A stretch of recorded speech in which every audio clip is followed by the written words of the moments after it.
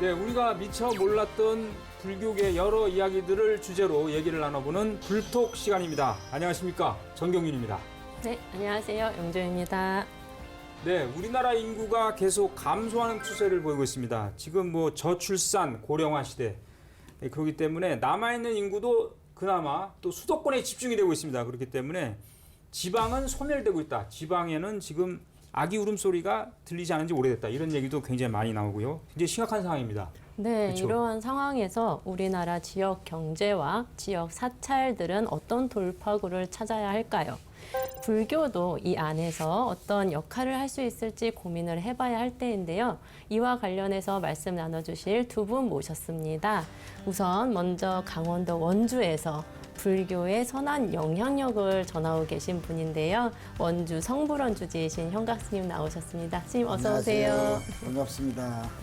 네, 그리고 또 한 분 모셨는데요. 이분은 이 경제 이야기를 이해하기 쉽고 시원시원하게 설명해주는 분으로 소개해달라고 그래서 그리고 지금 유튜버를 열심히 하고 계셔서 여러분들이 낯이 익을 수도 있습니다. 명지대학교 실물투자분석학과, 이 학과가 생소한데 좀 박정호 교수님 나오셨습니다. 안녕하세요. 예, 안녕하세요. 영지대학교의 박정호라고 합니다. 근데 실물투자분석이라는 건 뭐 주식 투자 이런 거 공부하는 학과입니까? 네, 맞습니다. 주식 투자뿐만 맞아요? 아니라 뭐 네. 광업, 그다음에 부동산 이런 것들에 대해서 경제적 맥락에 대해서 맥락 속에서 이해할 수 있는 그런 뭐랄까요?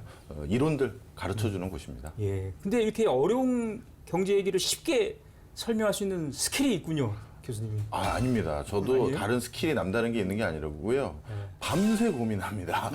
내일 방송에서 어떻게 하면 조금 더 쉽게 설명드릴 수 있을까? 그나마 시간을 많이 쓰는 게 좀 비결인 것 같습니다. 아, 시간 많이 쓰면 예. 좀 더 설명을 더 오래 할 수 있으니까. 그렇죠. 예. 예, 그러면 제가 그럼 정말 그런지 한번 알아보겠습니다. 알겠습니다. 지난해 통계를 보면요, 우리나라 인구의 절반 정도가 서울이나 경기도. 경기도는 또 뭐 일산도 있고 뭐 부천 뭐 여러 도시들이 있는데, 그렇다면 예를 들어 뭐 경상도 시골이라든지 전라남도 뭐 어디 시골 이런 데와 비교해서 지역의 소멸이 진짜 진행되고 있습니까? 뭐 완전히 사라지고 있어요? 네. 인구 자체가? 설명을 좀 드려볼까요? 네. 우리나라에는 한 3,500개 정도의 읍면동리가 있는데요. 이 중에 한 25년 이내에 소멸이 우려되는 지역이 2,200개가 넘습니다. 그러니까 이게 진짜 심각한 지경이고요. 그리고 여러 시군이 있는데요. 이 여러 시군들 중에서 빈집, 사람이 안 사는 빈집 비율이 가장 높은 시 중에 하나가 대표적으로 뭐 오늘 스님 계시니까 강원도 지역 같은 경우는 태백시입니다. 예. 태백시의 빈집 비율은 50%에 육박합니다. 그러니 두 집 중에 한 집이 비어 있다는 것이니까 아 진짜 심각하죠. 예. 그러니까 지금 이렇게 얘기도 됩니까? 논밭이나 농어촌, 어촌 뭐 이런 지역이 사라지고 거기에 아파트가 들어서고 뭐 빌딩이 들어서고 이런 상황입니까? 아닙니다. 그것도 아니고 사람이 또? 이제 네. 줄어드니까 네. 아파트라든가 빌딩이라든가 도심화되는 현상도 줄어들고 있고요. 기존에 절대 농지를 농사 지을 수 있는 사람들도 줄어들어서 지금은 농지 가지고 있는 분들이 주변에 계신 분들에게 소작 주면서 예. 경작을 해야지만 벌금을 안 물거든요. 그렇죠. 그렇게 하는데 일부 지역은 이 소작 줄 수 있는 사람도 없어져서 고민이 많은 지경입니다. 예. 그럼 이런 지역 소멸이 그런 좀 뭐 집이 빈다던가 이런 문제가 아니라 수도권으로 쏠림 현상 때문에 혹시 지역 소멸이 이루어지는 경향도 있나요? 그게 사실 제일 큽니다. 설명을 좀 드리면요. 우리 이제 저출산 고령화 때문에 지역 소멸이 일어나는 거 아니냐 이렇게 생각하시잖아요. 그리고 대한민국이 OECD 국가 중에서 합계 출산율이 제일 낮다. 이런 소리 많이들 하십니다. 맞습니다. 맞는데요. 그런데 대한민국을 다시 시도 단위로 구분해서 합계 출산율이 제일 낮은 시나 도가 어디냐 하면 두 분 스님 어디실 것 같으십니까? 제일 낮은 곳이요? 네. 그래서 시골 쪽으로 가야 되지 않을까? 대부분 비슷하게 저는 생각하세요. 강원도 같은 항상 강원도. 강원도. 스님이 또 강원도에서 네. 오셔가지고. 정답은 합계 출산율이 제일 낮은 곳은 서울입니다. 오. 0.5대까지 떨어졌습니다. 아, 서울이군요. 이 합계 출산율이 0.5대까지 떨어졌다는 건 생물학적으로는 사실 멸종이에요. 만약에 서울이란 종이 있으면 이건 멸종된 겁니다. 그런데 합계 출산율이 제일 낮은 시도가 바로 서울이었는데 지금 인구 감소 그리고 집값 떨어지는 거 걱정 제일 안 하는 동네가 서울이죠. 그 얘기는 무슨 소리다? 결국 우리 스님이 말씀해 주신 것처럼 지방에서 작은 숫자의 아이들이 또는 청년들이 있다 하더라도 그 숫자들이 전부 서울로 이주하는 이주한다. 거예요. 그래서 이런 사회적 이주가 지방 소멸을 훨씬 더 가속화시키고 중요한 변수로 떠오르고 있습니다. 그러면 이런 수도권 쏠림 현상이 네. 언제부터 시작이 됐다고 교수님 보시나요? 네, 사실 우리나라에서 본격적으로 산업화하기 시작하면서 일어났다라고 보는 게 맞을 겁니다. 왜 그러냐 하면요. 이것도 참 불편한 진실인데요. 농업에 종사하거나 어업이나 임업에 종사했었을 때 본인이 거둬들일 수 있는 부가가치, 경제적 성과하고요.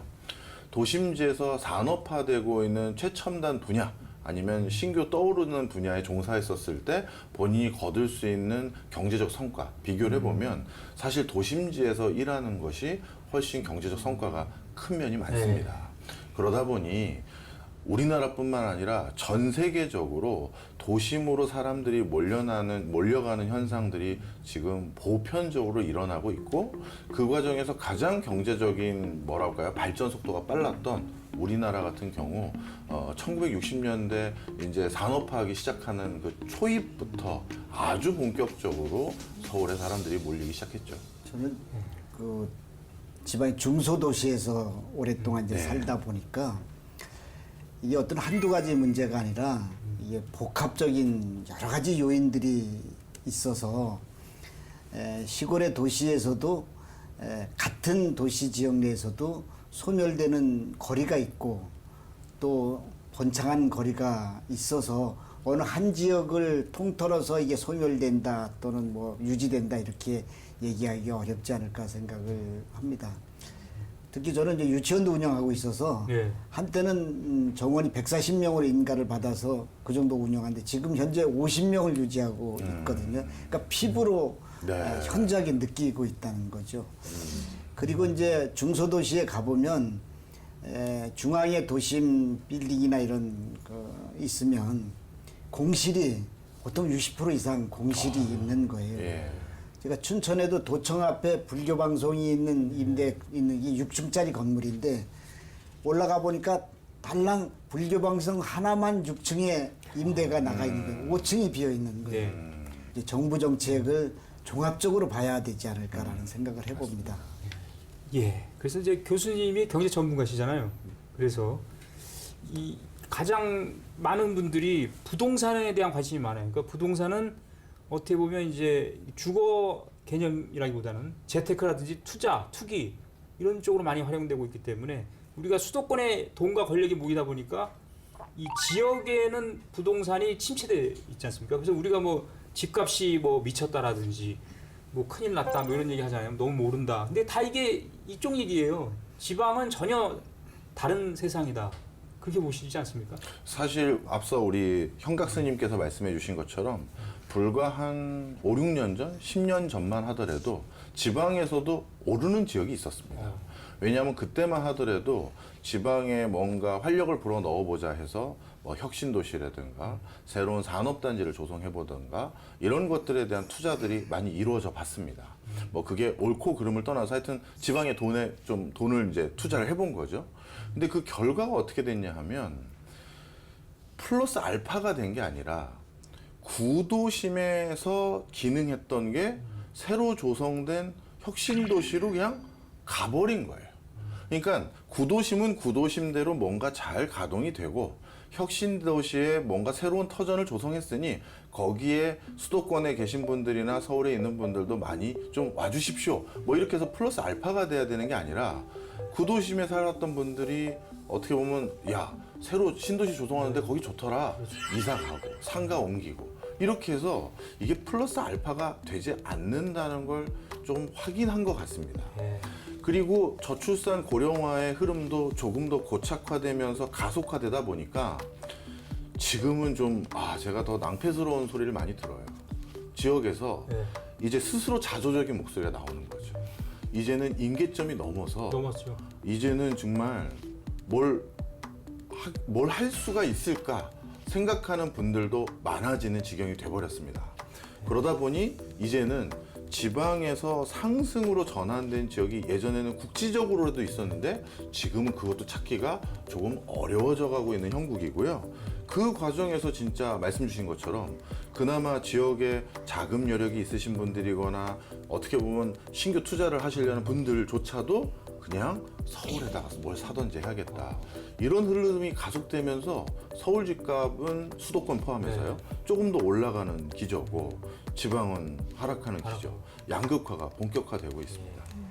지방에서 이제 신도림들이 오시면 네. 주소 이전하는 거를 보면서 이제 며칠 전에도 신도림 오셔서 이사를 했다 그래서 어디로 했냐 그랬더니 이제 신규 아파트를 그렇죠. 갔는데 그분이 옮겨가는 추세가 원도심에서 살다가 새로 아파트가 지어졌으니까 그쪽으로 간 거예요. 근데 그 아파트보다 요즘 또 새로운 아파트가 지난달에 입주를 시작을 했다 그러는데 네. 그쪽으로 옮겨갔다는 거예요. 그럼 전에 머물던 곳은 이제 차선책으로 누군가 왔지만은 원도심 지역이나 원래 살던 지역은 공동화 현상이 일어나는 거예요 보면. 네. 그러니까 한 도시를 전체적으로 보면 한 지역은 신도시가 됐는지 모르지만 전체적으로 보면 절반은 비어가는 거죠. 맞습니다. 이게 모든 도시의 공통적인 문제라고 생각이 되어집니다. 인구가 빠져나가면 물론 지역 경제도 좀 타격이 있을 것 같아요. 근데 저희는 또 불교도다 보니까 그 소규모 사찰들 이런 부분들에서 유지가 좀 어렵지 않을까 하는 걱정이 되거든요. 제가 이제 월정사가 본사라서 이제 본사에 이제 관계도 하고 일도 보고 하면 전체적 강원도가 흐름을 이제 보게 되거든요. 그러니까 이제 불교 사찰이나 불교 경제도 결국은 빈익빈 부익부의 현상을 그대로 따라가는 거예요.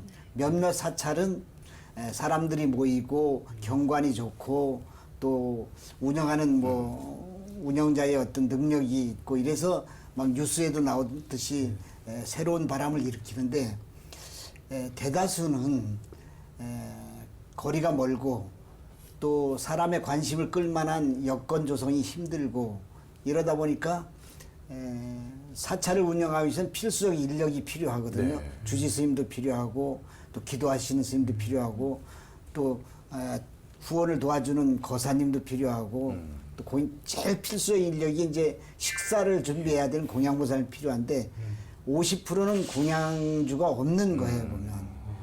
그럼 주지를 해야 될 사람이 밥을 해야 되는 상황이 된 거예요. 이러다 보니까 다른 기능을 못 하게 되는 거죠. 이게 자꾸 악순환. 되돌이 가는 거예요 보면. 그래서 발전이 안 되는 유지가 안 되는 요인들을 소멸되는 곳은 다 가지고 있는 거예요. 예. 발전되는 요인을 가지고 있는데 이런 문제를 어떻게 해결해 갈 것인가. 종단적으로도 그런 것들을 모여서 좀 머리를 맞대고 좋은 프로그램 그리고 또 거기에 그것을 발전시킬 수 있을 만한 좋은 정책 네. 그리고 좋은 사람, 교육 이런 것들 요즘에는 꼭 사람이 가서 면대면 하지 않아도 비대면으로도 얼마든지 네트워크를 형성해서 관계 형성을 할 수 있는 시대가 됐기 때문에 그런 쪽으로 교육을 해서 익숙해지면 충분히 뭐 온라인상으로도 이제 교육도 할 수 있고 또 기도 안내도 할 수 있고 지도도 할 수 있는 것이라서 종단에서도 이런 쪽으로 좀 연구를 해야 될 필요성을 시골에 살다 보면 아주 절실하게 느껴집니다. 예. 일반 제가자분들의 수도권 쏠림 현상이 불교계, 종교계에서도 그렇죠. 일어나는 것 같아요. 예. 제가 아는 스님들도 이렇게 어디서 포교하고 싶어 그러면 시골이나 이렇게 다른 지방이라고 하기보다는 예. 도심이지, 아. 예, 서울이지. 예. 그리고 조금 좀 그래도 이렇게 좀 열린 예. 스님들은 수도권. 수도권. 네, 수도권에서 가까운 곳, 지하철과 버스와 이런 것들이 다 달 수 있는 곳. 예, 그렇게 돼서 이게 조금 나라적으로 문제만이 아니라 저희 종교계에도 문제가 좀 시급한 것 같습니다. 제가 좋은 모델 하나가 이제 횡성군에 네. 태기 초등학교라고 있는데 그게 10년 전에 폐교가 됐어요. 예. 이게 지금 10년간 버려져 있던 것을 횡성군에서 좋은 아이디어를 해가지고 약간의 돈을 내서 그걸 모두 리모델링을 해갖고 인문학 교실을 만들었습니다. 그래서 다양한 문화 프로그램을 홍보를 해가지고 뭐 인문학 강좌도 하고 또 뭐 미술 무슨 뭐 여러 가지 문화 활동을 할 수 있도록 해서 분야별로 강사들을 초빙해가지고 하는 것을 해서 사람들이 오게 만들었거든요. 우리 사찰들도 시골에 자연에 좋은 그 인프라가 형성이 돼 있는 곳에서 그런 것을 좋아하는 분들을 오게 만들 수 있는 것들 뭐 많은 사람이 아니라도 와서 숙식하면서 요즘 템플스테이 뭐 이런 것들 큰 절에서 많이 하고 있는데 진짜 템플스테이는 시골절에서 해야 되거든요. 그렇겠죠. 예. 네. 이제 이런 것들을 좀 연구했으면 좋겠다라는 생각이 들어요. 예. 그 스님은 그 별명도 있으신 걸로 아는데 원주 불교를 일으킨 분입니다, 우리 스님. 네. 별명 아니, 홍반장이라고. 홍반장이요. 그러니까 원주는 제대로 일어났지 제가 일으킨 게 아니고. 언제 어디서나 무슨 일이 있을 때마다 항상 거기 현장에 계시는 스님이라고. 그러니까 포교를 예전하고는 좀 다른 방식으로 좀 더 밀착해서 그 주민들하고 그렇게 하신다는 말씀이시죠? 제가 원주에 오기 전에 이제 영월 보덕사 주지도 했고 또 월정사 본사 소임도 보고 하다가 이제 원주에 정착한 지 40년 이제 지났거든요. 현장에서 살다 보니까 불교라는 것이 꼭 불교라는 이름을 가져야만 불교가 아니라 중생이 살아가는 현장에서는 모든 것들이 다 부처님 관심 갖고 있는 것이고 모든 생명이 살아 움직이는데 도움을 주는 것이 결국은 불교 전법이라는 생각이 들어서 뭐 조기 축구도 지금 뭐 한 30년째 동네 사람들하고 매일 아침이면 나가서 보통 운동장 한 40-50명씩 나와서 이렇게 하는데 그들이 쓰는 언어, 그들이 생각하는 사고, 그들이 원하는 어떤 방향 이런 것들을 좀 알아보게 되고 또 이제 시장회 같은 데서 5일마다 장이 서거든요. 네. 그 동짓날 되면 동짓 팥죽도 쏘서 가지고 나가고 또 여름에는 뭐 국수도 한 번씩 이렇게 하고 이런 활동들을 통해서 서로의 벽을 좀 이렇게 허물고 서로 친숙하게 얘기할 수 있는 그러다 보면 뭐 불교가 궁금한 거 물어보기도 되고 또 우리가 하는 행사에 참여도 하게 되고 이래서 제가 포교라고 하는 것은 모든 사람이 있는 곳에는 다 필요한 현장이다라는 생각으로 하다 보니까 어디 가나 뭐 사람이 모이는 곳에 가면 송구론 스님이 있네 이런 얘기를 많이 들었습니다. 조기 축구도 하고 골도 넣으십니까? 골은 못 넣죠. 좋은 꼴을 주면 넣죠. 그냥 기다렸다가 오면 넣는. 우리 교수님은 왠지 딱 보니까 이 여러 가지 그 프로젝트 제안 받으면 다 하실 것 같아요. 다는 못하죠. 아니 또 여러 가지 그럼에도 또 수당도 있고 하니까요. 물론 당연히 수당도 중요합니다. 그렇지만 이제 저도 그 호기심은 많아서 뭔가 많이 하고 싶어 하는데 또 괜히 욕심냈다가 누구에게 결례를 범할 수도 있어서 범위를 줄여서 하고 있습니다. 근데 지자체에서 그 프로젝트가 이런 게 많이 있습니까? 뭐 우리 지역이 발전하기 위해서는 어떤 뭐 계획이 필요한가 이런 프로젝트가 있습니까? 그게 사실 제일 많습니다. 제가 하고 있는 연구 프로젝트들 중에서 한 30-40%가 그쪽 분야인데요. 예. 뭐 저도 오늘 의미 있는 자리에 초대해 주셔서 저도 소견을 하나 말씀을 드리면 많은 지자체가 자신들의 어떤 경제적인 기회 이런 것들을 되찾기 위해서 뭔가 새로운 아이템을 발굴함에 있어서 한 가지 선입견이 있더라고요. 제가 어떤 군이나 어떤 시에 가서 여기에서는 어떤 것들이 자랑거리입니까? 아니면 보여줄 거리입니까? 당연히 그건 물어볼 수밖에 없잖아요. 그럼요. 그러다 보면 꼭 자신들이 오랫동안 가지고 있는 것만 가지고 세일즈를 해야 된다고 착각을 하십니다. 자, 그런데 그거 그렇지가 않습니다. 뭐든지 처음이라는 게 있는 거예요. 대표적으로 우리나라의 영화의 본산 그러면 다 충무로지 않습니까? 그렇죠. 서울. 그런데 국가에서 부산국제영화제라는 걸 만든다고 했었을 때 영화인들조차도 난리가 났었어요. 부산이 영화랑 무슨 상관이 있느냐. 영화 관련한 제작사들 다 서울에 있고 연예인들, 영화배우들 다 서울에 살고 방송국들 다 서울에 있는데 부산에서 무슨 연구가 있다고 영화제를 거기 왜 하냐. 이게 탁상행정이다. 이렇게 얘기를 했습니다. 그런데 지금은 대한민국 그 누구도 부산국제영화제를 부산에서 하는 거에 대해서 의구심을 갖지 않습니다. 그리고 아시아를 대표하는 영화제로까지 성장을 해왔습니다. 자, 그래서 지역에서 원래 가지고 있던 두둑한 자산들 이런 것들도 알리고 더 많이 전달하는 것도 해야죠. 그걸 하지 말라는 게 아닙니다. 근데 그거 말고도 추가적으로 뭔가 발굴하는 게 있어서 아, 이건 우리랑 아무 관계가 없잖아요. 그렇게 생각할 필요가 없다는 거예요. 뭐든지 처음이 있고 그걸 계속 하다 보면 그게 중요한 유산이 되는 겁니다. 전문가이시니까 지방에 살면서 좀 부탁의 말씀을 네. 드리고 싶은 것은 지금 전국에 축제가 없는 동네가 없습니다. 맞습니다. 그 축제는 1년 365일 가운데 며칠 동안 진행하는 거거든요.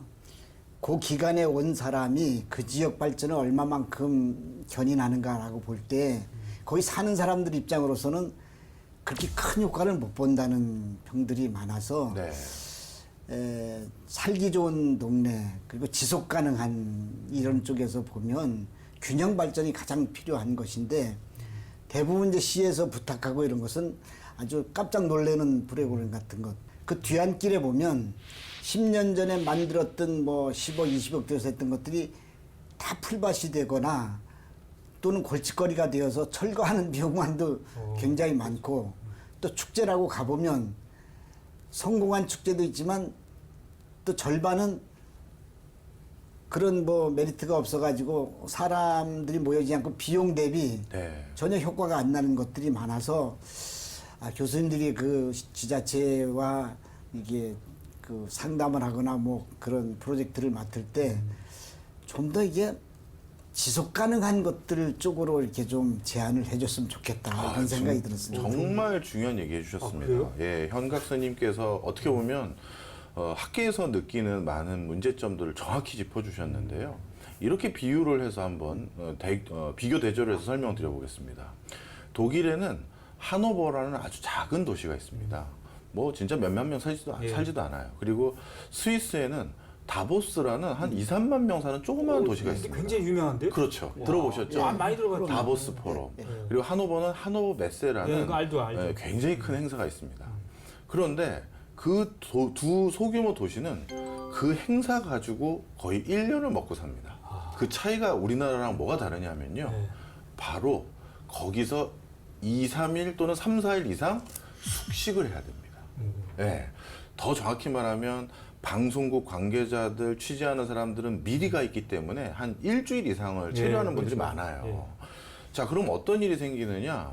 그런 국제적인 행사, 의미 있는 행사가 생기면 통상적으로 우리는 바가지 요금이라고 하지만 성수기 때는 돈을 더 많이 받잖아요. 몇 배를 더 받습니다. 그러니 그 기간 동안 1년 거둘 수익의 거의 절반 가까이 다 거두는 거예요. 그리고 나머지는 원래 있던 크리스마스나 뭐 추수감사절 이런 것들에 대한 수익을 거두는 거죠.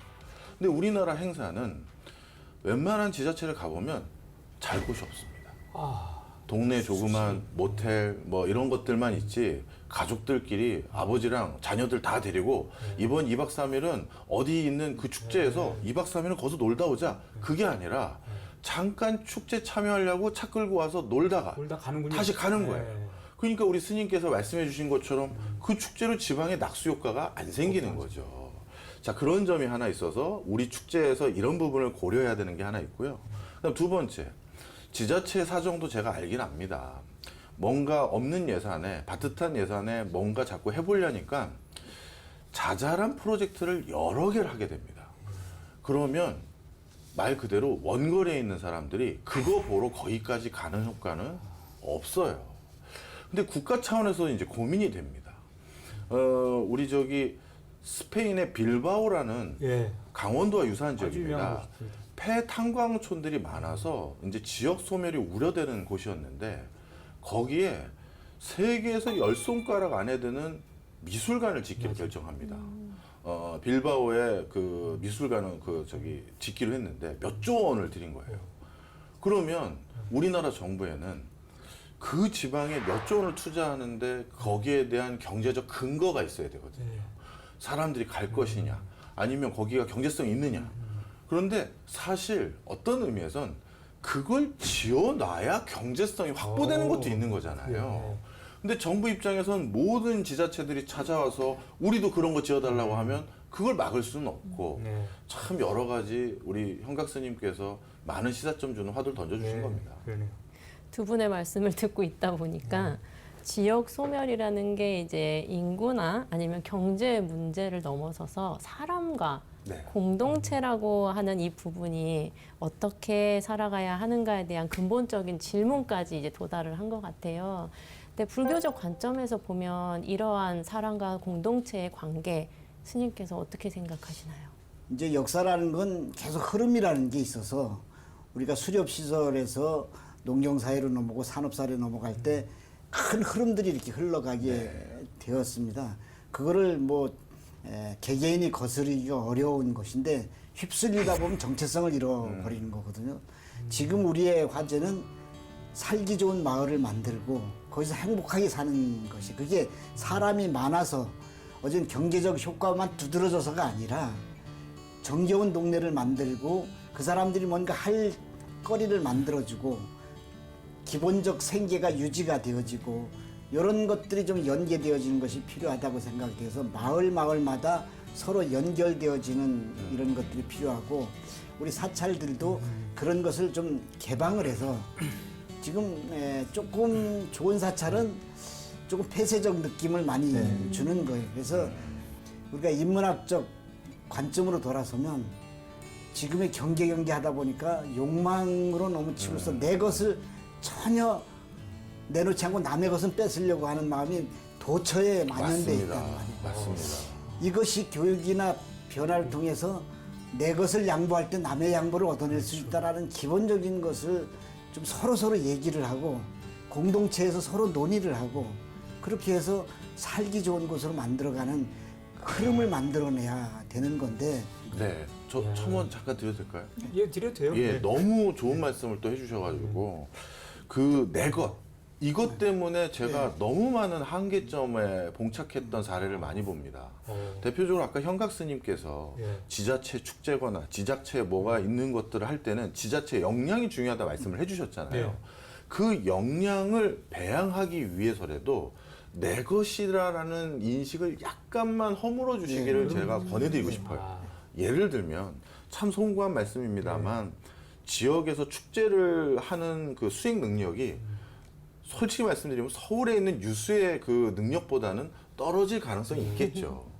그러면 지역에서는 지금 어떻게 하느냐?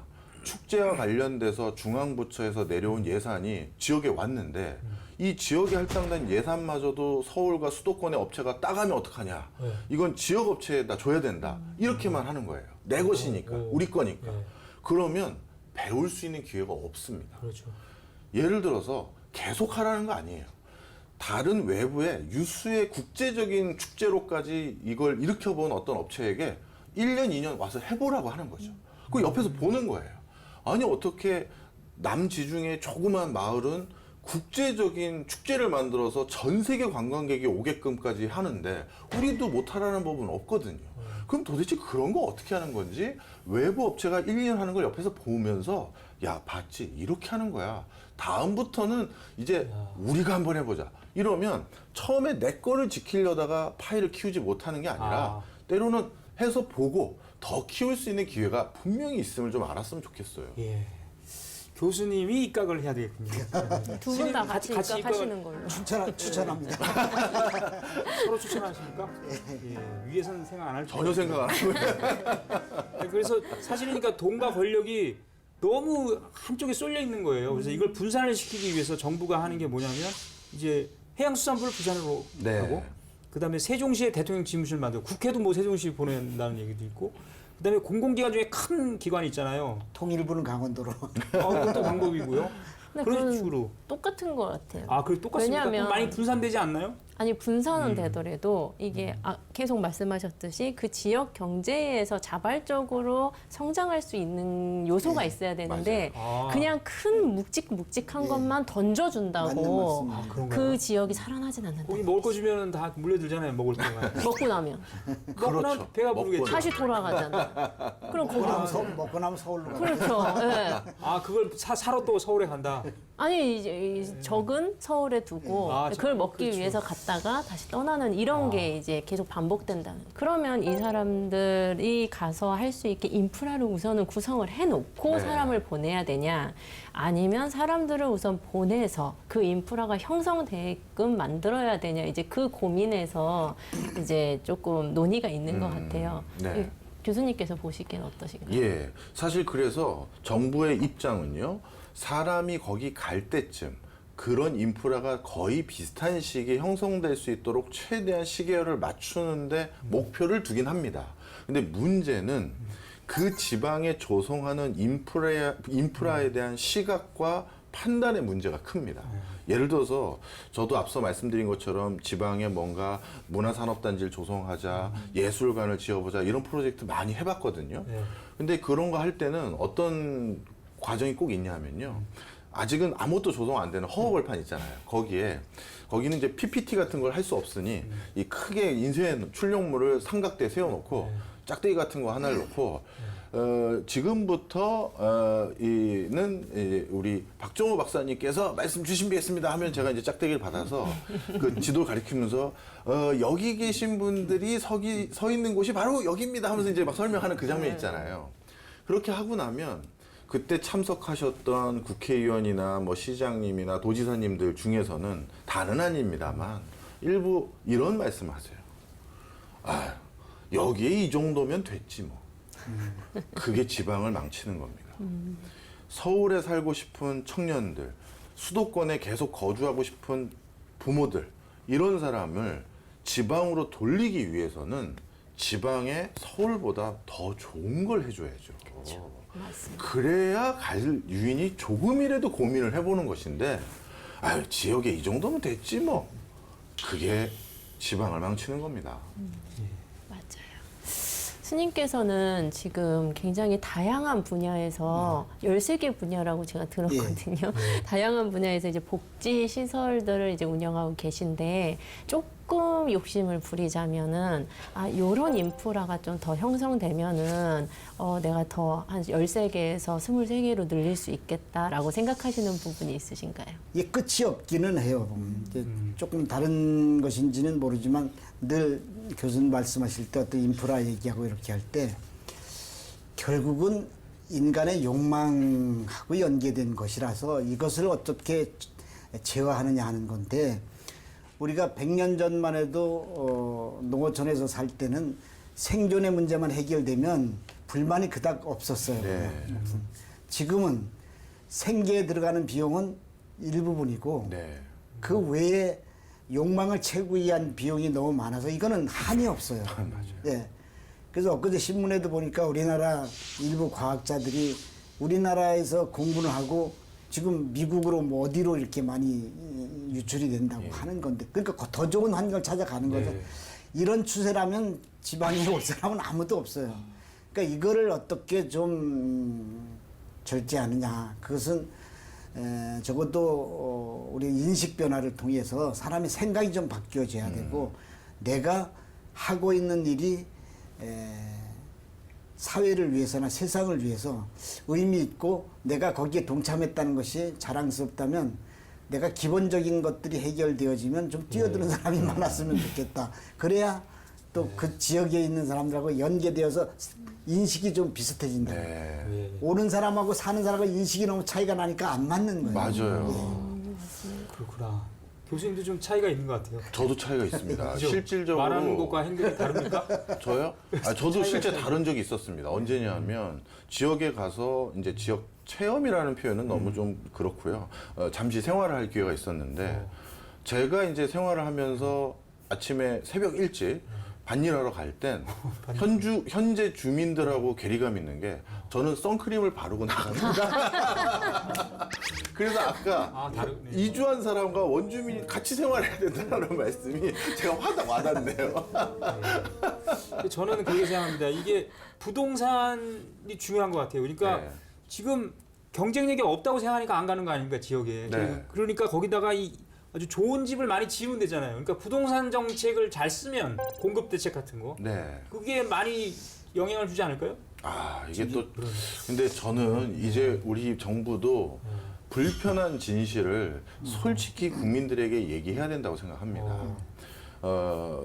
OECD 국가들, 한국과 비슷한 소득 수준, 잘 사는 국가들 중에서 합계 출산율이 2.1을 넘는 나라는 아무도 없습니다.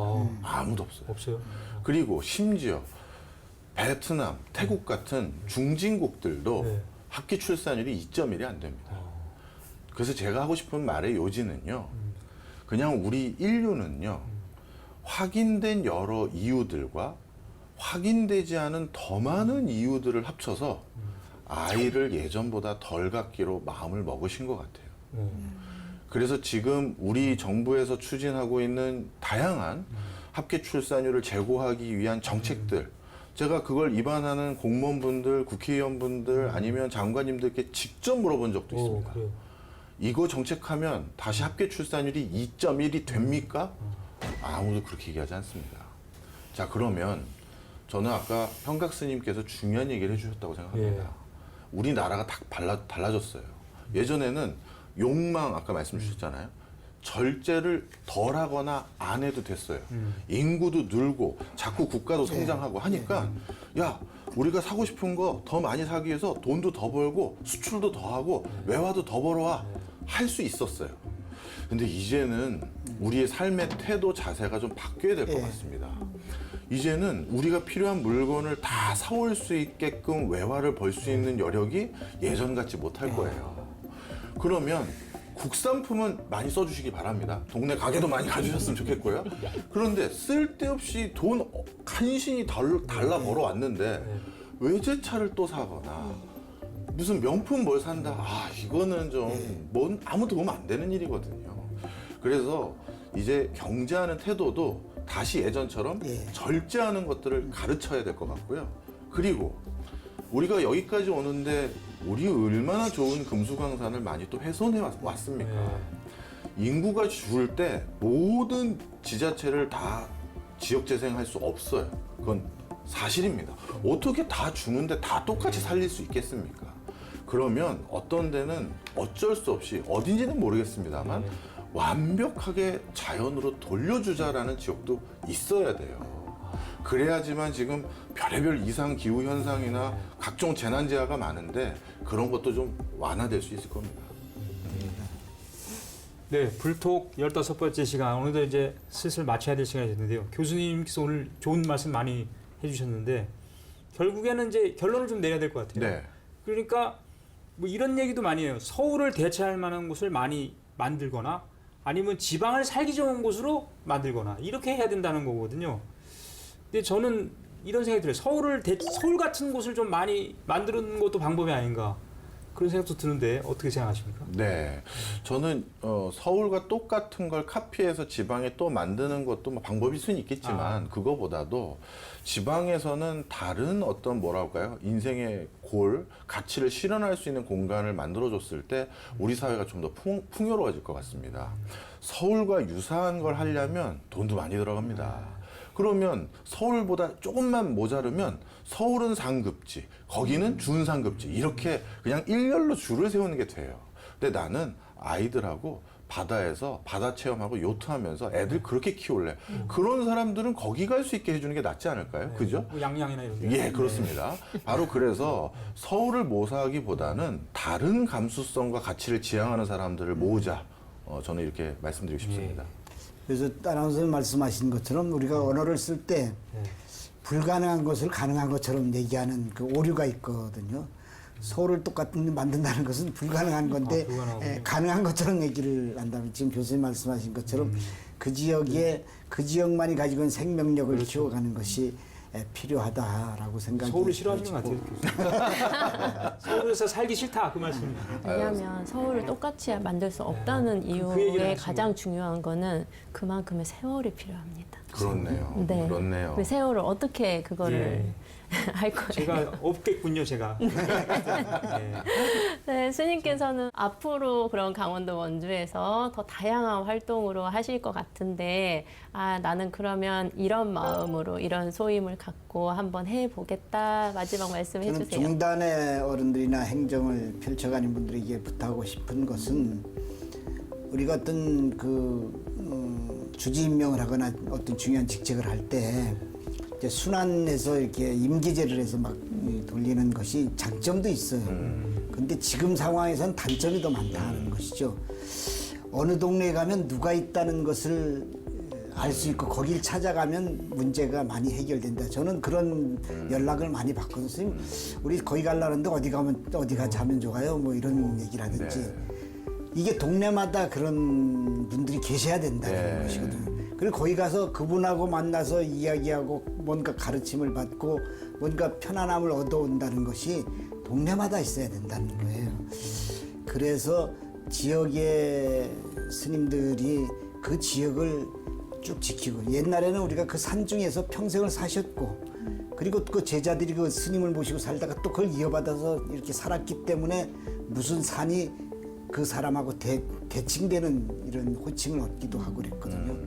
그래서 적어도 지속 가능한, 요즘 많이 얘기를 하는데, 우리가 한국 불교 1600년 얘기하고 2500년 불교 역사를 얘기하면서 좋은 점이 있다고 하면 그 지역에서 꽃피우게 할 수 있는 역할을 스님들이 또 불교인들이 해야 되는데, 그 역할을 하지 않고 개인주의로 돌아가서 나만 살면 되는 이런 생각을 갖는 한 우리 종단도 우리 불교도 한국사에서 소멸 위기를 맞을 수밖에 없다. 저는 지금 과제가 이대로의 불교 유지될 수 있는가, 정말 소멸의 배를 탈 것인가, 이게 지금 화두입니다.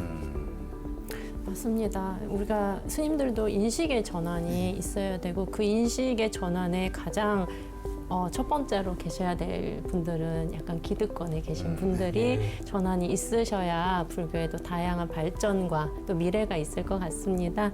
우리나라 지역이 더불어 잘 살고 또 곳곳에 부처님의 가피가 함께 할 수 있도록 저희 불토 계속해서 노력하겠습니다. 네, 오늘 지역 소멸 시대 우리 불교는 이란 주제로 오늘 귀한 말씀을 나눠주신 원주 성불원 주지 현각스님, 그리고 박정호 명지대학교 실물투자 분석학과 교수님께 감사드리겠습니다. 그럼 저희는 다음 시간에 다시 뵙겠습니다. 대단히 고맙습니다.